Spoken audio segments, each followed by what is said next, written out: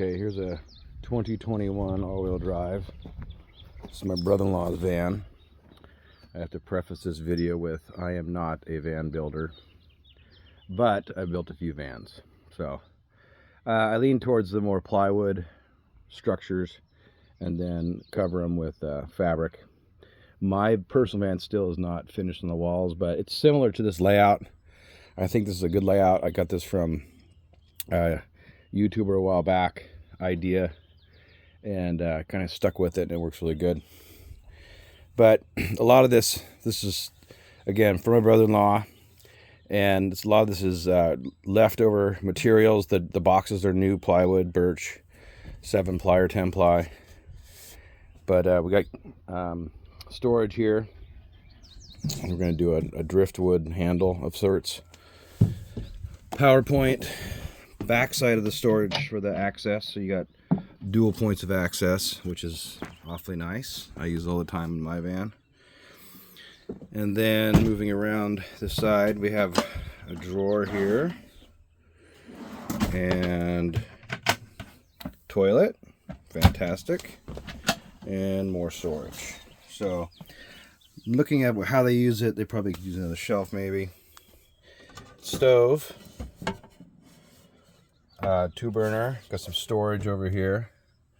Controls, we got lights, water pump, DC to DC, and still vacant. The DC to DC I like to put at the upfitter switches, but they don't have upfitter switches, so they'll be there for now. He's got a huge power bank.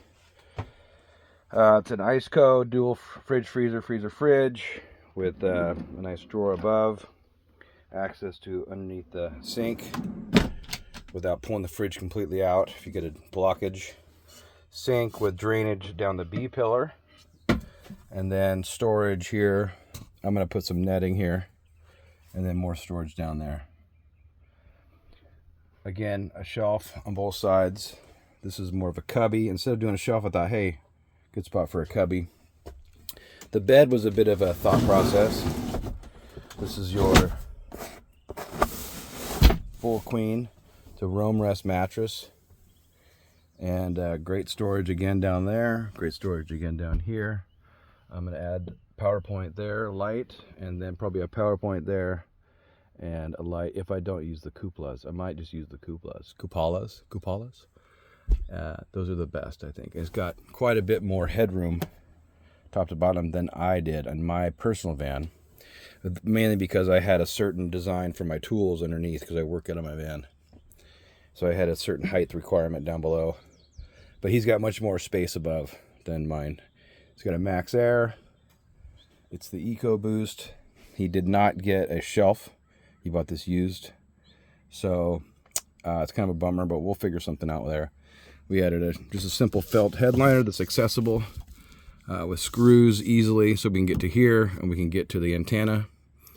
And then this was previously installed by the previous owner of this TNG, which is not bad. But we're going to cover the walls again with fabric. Move around to the back. Here we are at the back. Still dirty. Got storage here.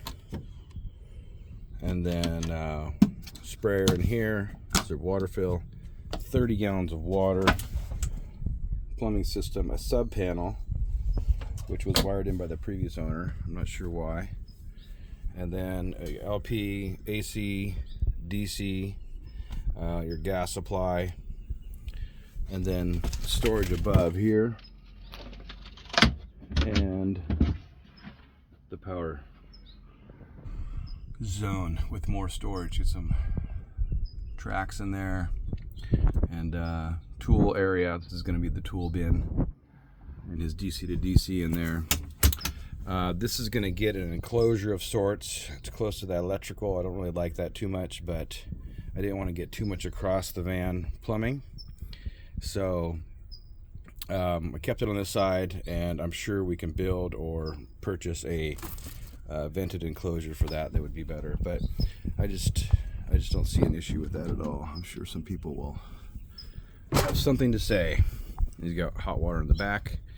Chinese malarkey here. that just breaks. So this is kind of looking a little bit ratty, but this thing works good. It's a cheap one. They're all the same, no matter what the brand. Campland, Gasland, Fatland, Land. It's all the same. But then moving back up into the cabin, the bed is still out, so the last little bit of figuring is a dowel pin to drop in here for this to not slide. But anyway, that's it for now, and I have the scutcheon for the ceiling. Fantastic.